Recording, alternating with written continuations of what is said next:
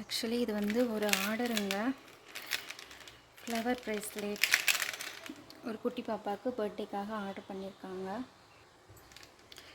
2 set கேட்டிருந்தாங்க. அவங்க பாப்பா பிறந்த நாளைக்காக நம்மக்கிட்ட ஆர்டர் பண்ணியிருக்காங்க. அவங்களுக்காக தான் இப்போ பண்ண போகிறேன். கடைசியாக ஒரு 2 வீக்ஸ் இருக்கும்னு நினைக்கிறேன்.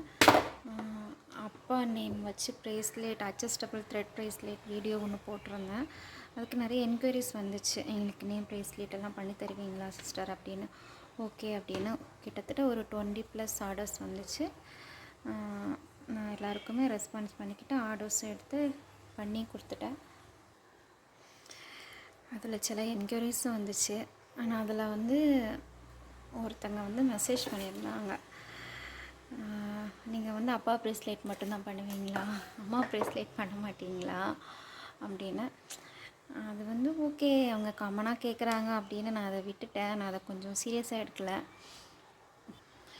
அதுக்கப்புறமா பொண்ணுங்களே வந்து அப்பா தான் செல்லம், நீங்கள் டேடியோட லிட்டில் பிரின்சஸ்ஸா அப்படின்னு தான் கேள்வி கேட்டிருந்தாங்க.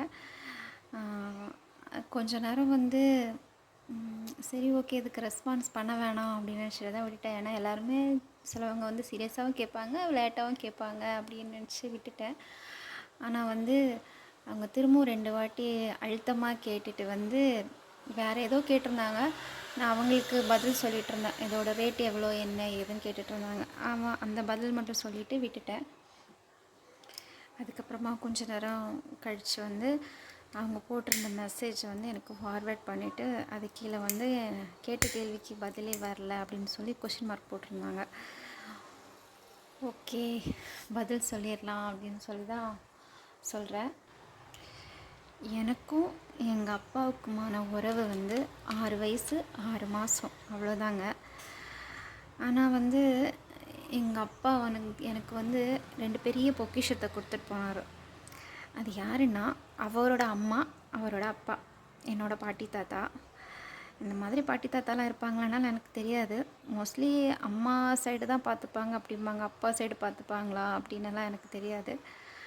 ஆனால் நான் இன்றைக்கி உயிரோடு இருக்கேன், அவங்கக்கிட்ட பேசுகிறேன்னா அதுக்கு முழுக்க முழுக்க காரணம் வந்து என்னோடய பாட்டி தாத்தா மட்டும்தான், வேறு யாரும் கிடையாது.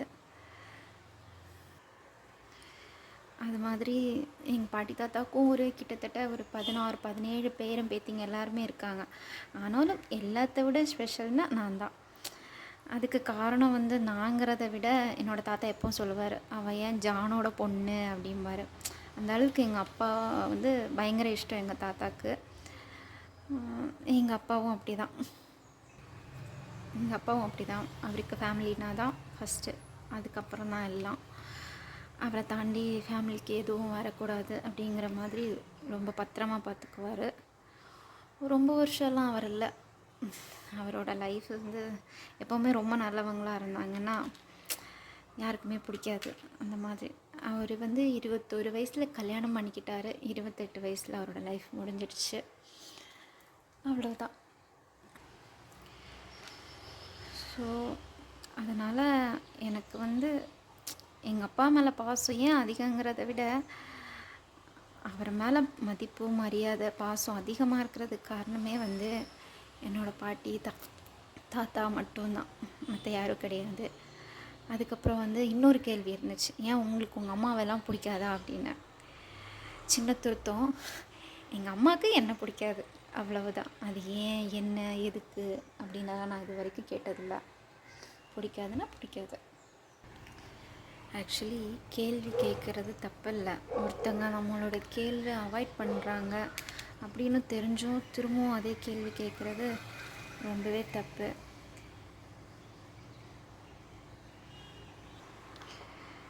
இத்தனைக்கும் இதை கேட்டது வந்து ஒரு பொண்ணு தான், ஜென்ஸ் எல்லாம் இல்லை, ஒரு பொண்ணு தான் கேட்டாங்க.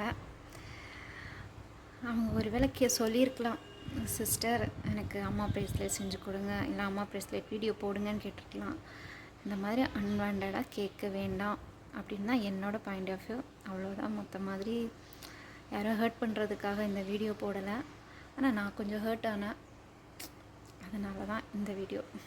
ஸோ மற்றவங்களுக்காகங்கிறத விட எனக்காக நான் நினச்சிக்கிறேன்.